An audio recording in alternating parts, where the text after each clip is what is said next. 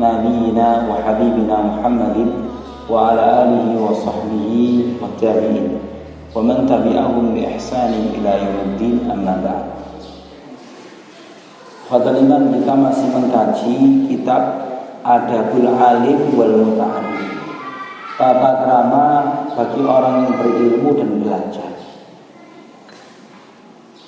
Ini masih pada pembicaraan tentang keutamaan orang berilmu dan bagaimana berinteraksi dengan mereka, yaitu wa qala sallallahu alaihi wasallam ma ubidallahu bi syai'in afdala min fiqhin fid din wala faqihun wahidun asyaddu ala syaitani min alfi abidin. Tidaklah Allah disembah dengan sesuatu yang lebih utama daripada orang yang beramal dengan pemahaman agama. Dan sungguh orang yang faqih paham agama itu lebih berat digoda oleh setan daripada 1000 ahli ibadah yang tanpa ilmu. Ini menegaskan tentang keutamaan orang berilmu. Qala sallallahu alaihi wasallam yashfa'u yaumal qiyamati thalathatun, yang berhak memberikan syafaat pada hari kiamat, dikasih hak untuk memberikan syafaat itu 3 kelompok manusia. Al-anbiya, tsummal ulama, tsummas syuhada. Para nabi, orang-orang berilmu dan orang-orang mati syahid diberikan hak untuk memberikan syafaat. Wa yurwa annal ulama yaumal qiyamati ala manabir min nur. Para ulama itu nanti mendapatkan kedudukan yang istimewa di akhirat, yaitu berada di mimbar-mimbar cahaya. Dikatakan dari Qadhi Husain fi awal ta'liqatih annahu ruwiya anin nabiy sallallahu alaihi wasallam annahu qala man ahabbal ilma wal ulama, siapa yang cinta ilmu dan ulama, lam tuktab alaihi khotoyahu ayyama hayatih, tidak ditulis baginya kesalahan-kesalahannya sepanjang hidupnya. Ya sudah barang tentu orang cinta ilmu, cinta ulama, mengamalkan ilmu dan memuliakan ahli ilmu, orang-orang yang senantiasa berburu keutamaan, mengamalkan hal-hal yang sunnah-sunnah. Karenanya apa yang dilakukan hari-hari itu menghapuskan kesalahan-kesalahan dia. Melakukan masjid, menghapuskan dosa, meninggikan derajat. Berwudu itu menggugurkan dosa-dosa. Itulah kenapa orang yang cinta ilmu dan ulama itu dosa-dosa kecilnya terhapus otomatis. Qala wa ruwiya annahu sallallahu alaihi wasallam qala man shalla khalfa alimin, siapa yang sholat di belakang orang alim, faka'annama shalla khalfa nabiyyin, seperti seolah-olah dia itu sholat di belakang seorang nabi. Faman shalla khalfa nabiyyin faqad ghufiralah, siapa yang sholat di belakang seorang nabi maka diampuni dosanya. Wa fi hadithi Abi Darda radhiyallahu ta'ala anhu anna hudura majlis dzikrin afdalu min salati alfi rak'atin wa syuhudi alfi janazatin wa iyadati alfi maridin. Dikatakan sebuah riwayat dari Abu Dzar bahwasanya menghadiri majelis ilmu itu lebih utama daripada salat 1000 rakaat. Kenapa? Nah, salat 1000 rakaat itu manfaatnya nang awake dhewe. Hadir di majelis ilmu bermanfaat untuk diri dan potensial memberi manfaat kepada orang lain. Kata Imam Syafi'i, ya ibadah sunnah itu kalah dengan pahala mencari ilmu. Dan menghadiri prosesi jenazah 1000 jenazah dan menjenguk 1000 orang sakit. Karena dengan ilmu itu potensial memberikan manfaat kepada orang banyak, diri dan orang banyak. Wa qala Umar ibn Khattab radhiyallahu ta'ala anhu innar rajula la yakhruju min manzilihi wa alaihi min adz-dzunubi mithlu jabal Tihama. Ada seseorang yang keluar dari rumahnya dosanya itu sebesar gunung Tihamah di Arab Saudi kono. Fa idza sami'al alim khafa wastarja'a an dzunubihi. Ketika dia mendengarkan perkataan orang alim, timbul rasa takutnya, kemudian dia menyadari dosa-dosanya. Fansarafa ila manzilihi wa laisa alaihi dzambun. Maka dia pulang ke rumahnya itu dalam keadaan dosa-dosanya diampuni oleh Allah Ta'ala. Kenapa? Ternyata di majelis ilmu itu muncul gairah untuk bertaubat. Karena omongannya ulama emang moro berkomitmen bertaubat. Itulah kenapa dia berangkat dengan dosa sebesar gunung, pulang licik wis. Itu keberkahan datang ke majelis ilmu. Fa innallaha fala tufariqu majalisal ulama. Janganlah engkau berpisah dengan majelisnya para ulama. Fa innallaha ta'ala lam yakhluq ala wajhil ardi turbatan akrama min majalisil ulama. Karena Allah Ta'ala tidak menciptakan di muka bumi ini permukaan tanah atau tanah yang lebih utama dari majelis para ulama. Wa nuqila asar masahi al-maliki fi awali kitabihi Nadhmid Duror anin Nabi sallallahu alaihi wasallam qala man azzamal alima fa innama yu'azzimullah ta'ala. Siapa yang mengagungkan orang-orang alim, tentu yang mengamalkan ilmunya, maka sungguh dia itu mengagungkan Allah. Wa man tahawwana bil alim, dan siapa yang meremehkan, memandang rendah orang alim, maka fa innama dzalika istighfafun billahi ta'ala wa rasulih. Berarti dia itu memandang rendah, ngeremehno Allah dan Rasulnya. Kenapa kok seperti itu? Lah memang yang memangku syiar-syiar agama itu ya para ulama itu. Di dalam surat Al-Hajj itu dikatakan wa may yu'azzim sya'airallah fa innaha min taqwal qulub. Siapa yang mengagung-agungkan syiar-syiar agama Allah, maka di dalam dirinya itu ada cerminan ketakwaan di dalam dirinya itu. Qala Aliyun karramallahu wajhah. Sahabat Ali bin Abi Thalib mengatakan begini, kafa bil ilmi syarafa. Cukuplah ilmu itu sebagai kemuliaan. Ayat da'iyahu man la yuhsinuhu. Wa kafa bil jahli dzamman ayat tabarra'a minhu man huwa fihi. Karena orang itu berlepas diri dari gelar diarani bodoh. Hati wong iku seneng lek diarani pinter. Wong iku geding lek diarani bodoh. Kul wong pinter. Seneng kan? Kul wong bodoh. Wah, gak ono sing diarani bodoh senengi gak ono. Oke. Kata sahabat Ali itu begitu. Kafa syarafan bil ilmi da'wahu jahil wa yafrah in amsa ilal ilmi yunsab wa kafa khamulan bil jahalati annani ura umata unsab ilahi aghdabu. Jadi wong iku lek diarani bodoh itu muring-muring, tapi lek diarani pinter kemuliaan. Bahkan kepin dinisbatkan kepada orang pinter. Oke, kira-kira sama menjadi orang dekatnya Pak Habibie itu seneng apa enggak? Ojo tadi konco omong-omongan nih, tadi supire. Niki supire Pak Habibie. Supire wong pinter seneng gitu.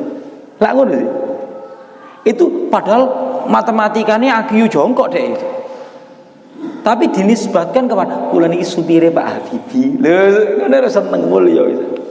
Itu menunjukkan kemuliaan orang berilmu. Sesuatu yang disandarkan ke sana itu kemuliaan. Ngono lho Pak maksudnya. Coba, siapa itu? Itu supire Pak Rektor. Supire. Saya agak lulus. Tapi dinisbatkan kepada profesor, supire profesor itu. Gitu.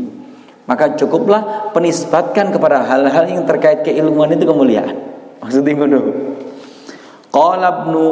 Qala Ibnu Zubair anna Abu Bakar kataba ilayya. Sahabat Abu Bakar As-Siddiq itu nulis surat nang putune. Sapa? Abdullah bin Zubair. Wa ana bil Irak. Waktu itu saya berada di Irak. Ya bunayya alaika bil ilmi. Nak, senantiasalah engkau memegang keilmuan dan mencari ilmu. Fa innaka idza iftaqarta kana malan. Sebab dengan ilmu itu kalau engkau melarat, nanti suatu saat engkau akan berharta. Wa idza staghnaita kana jamalan. Tapi kalau engkau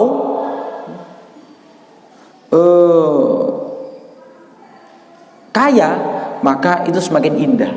Salah sugih berilmu. Gitu loh, Pak. Wa qala Wahab ibnu Munabbih yatasha'ab minal ilmi syarafa wa in kana sahibu dani'an. Bercabang dari keilmuan itu kemuliaan, meskipun orangnya sendiri itu orang dari kasta biasa, orang rendahan. Sapa contoh nih? Sampeyan kenangi Atok bin Abi Robbah. Sapa? Apal-apalane cek gampang ya Pak Direktur ya. Atok bin Abi Robbah. Budak kulit hitam menjadi mufti di Makkah. Ketika seorang khalifah dengan 2 orang anaknya mau tanya tentang manasik umroh, sang khalifah itu harus antri untuk mengajukan pertanyaan berlapis-lapis. Karena singkatnya takon tentang manasik itu antri. Atok bin Abi Robbah lagi sholat sunnah di depan Ka'bah, sung antri dua, termasuk khalifah sampai anaknya. Sampai khalifah muring-muring nang anake. "Le, kono sing pinter." Don. Iki wong biasa gara-gara ilmu dinteni khalifah. Lho nih. Ya apa? Ngantri kok ngene iki, Dan semua terkait manasik haji dan umroh rata-rata mengerucut kepada riwayat Atok bin Abi Robbah, muftinya Makkah pada era tabi'in. Oke? Budak tapi berilmu, dibebasno ambek tuane. Sekon iki sibuk ambek ilmu menisan wis gitu. Padahal mohon maaf, beliau itu hitam, irungnya gak pati bangir, tapi kemuliaannya luar biasa karena ilmu. Gak mengurangi kemuliaan beliau lah menyebut saat diri ya. Oke? Aja sampai adik sampean niku salah gak bangir, ireng terus bodoh sih. Aja sampai ngono lho maksudku. Kemudian wa in kana muhanan wal qurb, wa in kana muhanan, meskipun dia orang yang kastanya, wal izzu wa in kana muhanan, dia mulia meskipun dia orang biasa, wal qurbu wa in kana qasiyan, dan itu akan menjadikan dekat meskipun Anda orang jauh. Orang berilmu meskipun wong taat lah berusaha didekati. Wal ghina wa in kana faqiran, orang berilmu itu akan merasa dirinya kaya meskipun dia itu fakir. Wal mahabatu wa in kana wadi'an, dia itu orang yang memiliki kewibawaan meskipun orang biasa. Yang berikutnya ini berisi syair-syair, yang syair-syair ini gak saya baca. Sing intine menceritakan tentang kemuliaan ilmu. Diwaca tok, gak diterjemahno. Wa tasyaraf wa sahibal ilmi mahfudun minat talaf. Ya sahibal ilmi mahlan la tudannishu bil mubiqati fama lil ilmi min khalaf. Al ilmu yarfa'u baitan la imadalah wal jahlu yahdimu baital izzi wasyarafa. Ilmu itu menyampaikan seseorang ke puncak pencapaian, kehancuran. Fal bil mubiqati fama lil ilmi min khalaf. Bagi orang yang berilmu itu tidak ada penggantinya lagi. Ilmu itu, ya wahai pemilik keilmuan, janganlah engkau mengkotori Anda dengan sesuatu yang membinasakan. Karena bagi pemilik ilmu itu tidak memiliki pengganti. Ilmu itu menjadikan rumah yang tidak memiliki pilar-pilar menjadi mulia, tapi kebodohan itu menghancurkan rumah orang-orang mulia dan pemilik kebangsawanan. Jadi kebodohan itu wongnya bodoh tapi bangsawan ya jatuh. Qala Abu Muslim Al-Khawlani. Sapa Abu Muslim Al-Khawlani? Orang yang disiksa oleh nabi palsu, dibakar tapi gak apa-apa. Ketika ketemu sahabat Umar bin Khattab radhiyallahu taala anhu, kemudian sahabat Umar begini, alhamdulillah yang menjadikan di antara umat Nabi Muhammad ini seseorang yang diperlakukan Allah seperti kekasihnya Ibrahim alaihissalam. Abu Muslim. Dibong gak apa-apa. Nyoba amin. Kok gawe panggangan apa niku. Radhiyallahu anhu al ulama fil ardi mithlun nujumi fis sama. Para ulama di muka bumi ini mirip bintang-bintang di langit. Idza batat linnasi ihtadau. Lek bintang itu nampak, manusia dapat petunjuk. Oh, kono kulon, kono etan, kono kidul, kono lor. Wa idza khafayat anhum tahayyaru. Tapi kalau bintang itu hilang, maka manusia itu dalam kebingungan, tak tentu arah. Syairnya begini, ma'al ilmi fasluk haitsu ma salakal ilmu wa anhu fakashif kulla min indahu faham. Fa fihi jala'un lil qulub minal ama wa unun ala dinil alladhi amruhu hatmun. Fa khalid ruwatul ilmi washab khiyarahum. Fa suhbatuhum zainun wa khiltuhum ghanamun. Wala ta'duna ainaik wala ta'duna ainaika anhum fa innahum nujuma huda in ghaba najma bada najmu. Fa wallahi laulal ilmu matadhal huda wala laha min ghaibil umuri lana rasbun. Wa qala Ka'ab, intine ngene. Lek ana wong duwe ilmu iku semelok kancanono. Karena berteman dengan mereka itu keberuntungan. Kita bisa mengetahui hal-hal yang diwajibkan. Mereka itu seperti petunjuk. Setiap kali mereka hilang, maka akan digantikan dengan pemilik ilmu yang berikutnya. Gitu. Qala Ka'ab al-Akhbar radhiyallahu anhu, "Lau anna thawaba majlisil ulama badalin nas." Kalau seandainya datang ke majelis ilmu itu pahalanya dinampakkan kepada manusia, ya. Laqtatalu alaihi, niscaya mereka akan saling bunuh untuk mendapatkan keutamaannya. Hatta yatruka kullu dzi imaratin imaratahu, sampai pemilik kekuasaan akan meninggalkan kekuasaannya untuk datang ke majelis ilmu. Wa kullu dzi suqin suqahu, dan pemilik toko-toko itu akan berbondong-bondong ke majelis ilmu karena mereka itu kepingin mendapatkan keutamaannya. Ya apa? Pahala datang ke majelis ilmu itu dinampakno. Moro metu duwike pirang dolar niki kesakno. Suweneng wong-wong ya. Terus wa qala ba'dus salaf, iki sampean hafal lek pendek-pendek ngene iki. Khairul mawahibi al-aqlu, sebaik-baik anugerah itu adalah akal. Wa syarrul masaibi al-jahlu, dan seburuk-buruknya musibah itu adalah kebodohan. Oke. Lah sing rugi nemen itu adalah wis duwe akal, diombeni minuman, akale ilang. Iku rugine nemen. Itulah kenapa adiknya Abdullah bin Zubair, namanya Urwah bin Zubair, itu ketika operasi sikile diketok, kan salah satu dari 7 fuqaha Madinah yang punya otoritas berfatwa itu salah satunya Urwah bin Zubair. Urwah bin Zubair sakit sikile diketok, ditawari ambek tim dokter, panjenengan iki supaya gak krasa lek dioperasi, minum minuman keras, pas mabuk tak garajine sikile sampean. Lho ya apa sampean niku? Mulai biyen iki akalku tak jaga kok atine sampean ilangi diluk. Gak apa-apa wis. Akhirnya dalam kondisi sadar beliau digeraji sikile. Ketika gerajine mari diketok sikile oleh kabar anake lak papat ta. Anake papat, siji mati ditendang jarane khalifah ke jero peternakan. Jadi mari operasi sadar dikandani. Anake sampean mati situ masing lanang. Ya apa unine? Alhamdulillah. Gusti Allah ngekei aku anggota tubuh papat, tangan loro, sikil loro, mek dijogok situ. Aku dikei anak lanang papat dijogok situ wis gak apa-apa. Lek sampean mbak aku golek musibah sing liyane.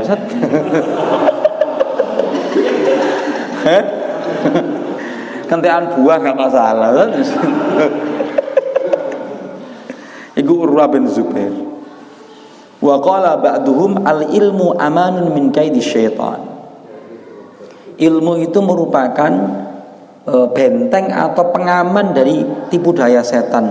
Wa khirzun min kaidil hasud, dan benteng untuk selamat dari tipu daya orang yang dengki. Wa dalil akli, dan ilmu itu merupakan pemandu akal. Pemandu akal. Sampeyan lak melok ki anggotane Republik Akal Sehat. Melok iku. Kemudian wan syadda fi maknahu. Ini ana syair meneh iki kebak mbek syair iki. Ma ahsanal aqla wal mahmuda man aqala. Alangkah mulianya akal itu, alangkah bagusnya akal itu, dan alangkah terpujinya orang yang berakal. Waqbahil jahl wal madhmumu man jahila. Celeke bodoh dan celeke wong bodoh. Diterjemahkan bahasa Jawa enggak masalah. Alangkah bodohnya kebodohan, alangkah jeleknya kebodohan itu, dan alangkah tercelanya orang bodoh. Falaisa yasluhu nutqul mar'i fi jadal wal jahlu yufsiduhu yauman idza su'ila. Ora pantes ngomong ketika dia itu terlibat dalam perdebatan lek wong bodoh, dan wong bodoh iku lek ngerusak lek ditanya tentang beberapa hal.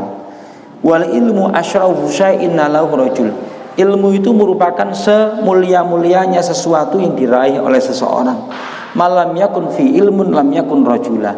Seseorang itu bisa dikatakan sebagai seorang laki-laki yang sempurna kalau dia memiliki keilmuan. Ta'allam al-ilma wa'mal ya ukhay bihi. Hei, carilah ilmu dan beramalah dengan ilmumu itu. Fal ilmu zainun liman bil ilmi qad amila.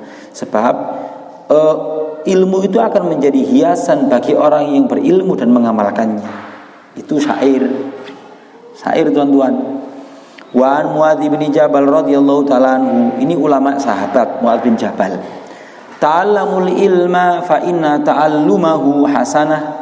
Carilah ilmu karena mempelajarinya itu kebaikan. Wa talabuhu ibadah. Mencarinya itu adalah ibadah. Wa mudzakaratahu tasbih. Berdiskusi tentangnya adalah tasbih. Wal bahthu anhu jihad. Mikir tentang keilmuan itu jihad. Wa badlahu kurbah. Mengajarkannya itu, memberikannya itu adalah kurbah, upaya pendekatan diri kepada Allah. Wa ta'limahu liman la ya'lamuhu shadaqah. Dan mengajarkannya kepada orang yang belum tahu adalah sedekah. Itu perkataannya sahabat Muadz bin Jabal. Wa qala Fudail ibnu Iyad radhiyallahu anhu, alimun muallimi yud'a kabiran fi malakutis sama.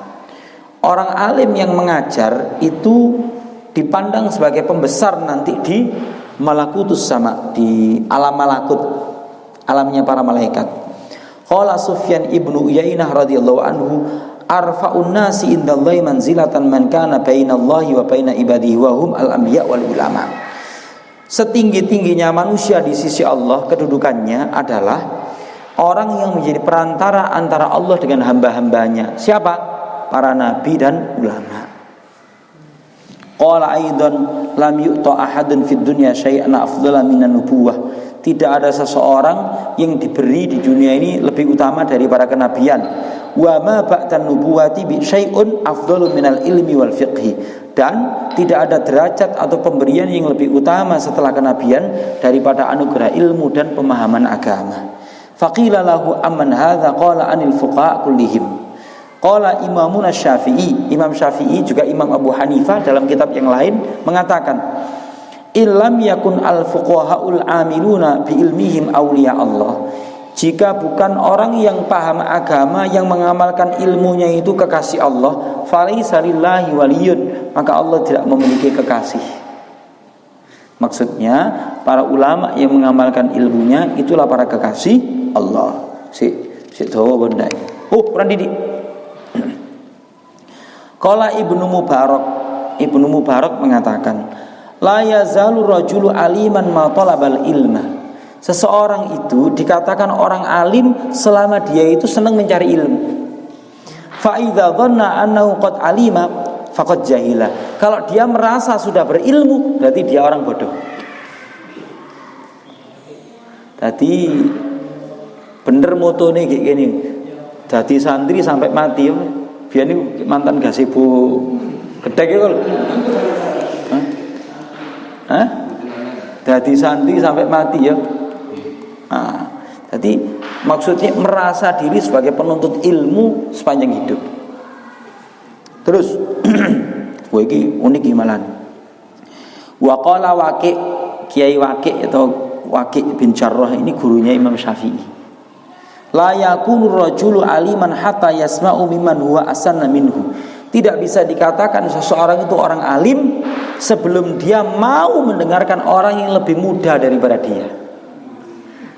Juniore sik gelem ngrungokno. Dek. Wa mimman huwa mithluh, dan mau mendengarkan orang yang sak pantaran ambek dek. Kanca sak kelas. Wa mimman huwa dunah, dan kepada orang yang lebih rendah lagi. Dia gelem ngrungokno. Gelem ngrungokno. Wa qala Sufyan Ats-Tsauri radhiyallahu anhu al ajaibu amah wa fi akhir zaman a'ammu wan nawaib tamah wa fi amrid din atam wal masaibu azimah mautul ulama a'zam. Di akhir zaman itu ada kejadian musibah-musibah yang sangat luar biasa. Tapi musibah yang berlaku masif dan dampaknya itu masif itu adalah kematian orang alim. Orang yang memiliki rasa takut kepada Allah. Wa innal alima hayatu rahmatun lil ummah. Orang alim itu kehidupannya itu menjadi rahmat bagi umat. Wa mautuhu fil ilmi fil islami thulmah, dan kematian orang alim itu bagi Islam itu adalah seperti pakaian yang sobek. Jadi thulmah itu apa? Kelambi bolong itu. Kelambi bolong. Kelambi bolong yang sudah susah untuk mencari yang sepadannya, itu susah. Terus ini ditutup dengan Sahih Bukhari dan Muslim. Ini hadis paling ngeri. Wa fi sahihaini an Abdullah bin Umar ibni Amr ibn al-As radhiyallahu ta'ala anhuma qala sami'tu Rasulullah sallallahu alaihi wasallam yaqul innallaha la yaqbidul ilma intiza'an yantazi'uhu minan nas. Sesungguhnya Allah Ta'ala tidak mencabut ilmu itu sekali jadut menurut doa dari umat manusia ini. Walakin yaqbidul ilm biqabdil ulama. Tapi Allah mencabut keilmuan itu dengan mencabut para ulama atau mewafatkan para ulama. Hatta idza lam yabqa alimun ittakhadhan nasu ru'asan juhala. Hingga apabila tidak tersisa orang alim di muka bumi ini, maka manusia mengangkat pemimpin-pemimpin yang bodoh, fa'asu'ilu fa'aftau bighairi ilmin fadallu wa adallu. Maka mereka itu ditanya dan berfatwa tanpa ilmu, maka mereka itu sesat dan menyesatkan. Selesai tentang keutamaan orang berilmu, keutamaan ilmu dan orang yang berilmu. Bab berikutnya ini adalah tata krama belajar. Ada 10. Siji, loro. Pokoknya ada 10. Ada 10. Kata Mbah Hasim sebelum menjelaskan tata krama belajar itu, yang 10 itu, beliau menjelaskan semua derajat keilmuan yang saya sebutkan tadi itu, kata beliau, itu hanya berlaku bagi orang yang mencari ilmu dan menyampaikan ilmunya itu semata-mata karena Allah. Tapi yang mencarinya supaya bisa mendebat ulama, supaya bisa memalingkan wajah orang banyak ke dia, untuk memperbanyak pengikut dan murid, maka orang seperti itu gak oleh apa-apa di akhirat, ngaplo, tidak mendapatkan seperti yang disebutkan tadi itu. Bahkan ono sing paling ngeri rek. Ono sing paling ngeri kanggo sing ngapal Al-Qur'an. Qala Fudail ibnu Iyad radhiyallahu anhu. Berkata Al-Fudail ibnu Iyad yang disebut sebagai Abidul Haramain, ahli ibadah di dua tanah suci, mantan perampok sing dadi ulama. Al-Fudail bin Iyad. Balawani annal fasaqata minal ulama wa min hamalatil Qur'an yabda'u bihim yaumal qiyamah qabla abadatil authan. Sesungguhnya orang-orang yang fasik di antara para ulama dan para penghafal Quran, mereka itu disiksa dan diadili duluan daripada para penyembah berhala. Oh, terus gini harus ngapal Quran? Gak situ ngapal Quran? Artine wong ero kok rusak iku siksane luwe nemen. Sebab dhek iku dadi pionire wong akeh lho. Sing iki rusak kok burine rusak pisan itu. Begitu. Itu perkataannya Fudail ibnu Iyad. Beliau menukilnya dari guru-gurunya. Siapa guru-gurunya? Ya para sahabat. Para sahabat. Terus intinya ngono lah.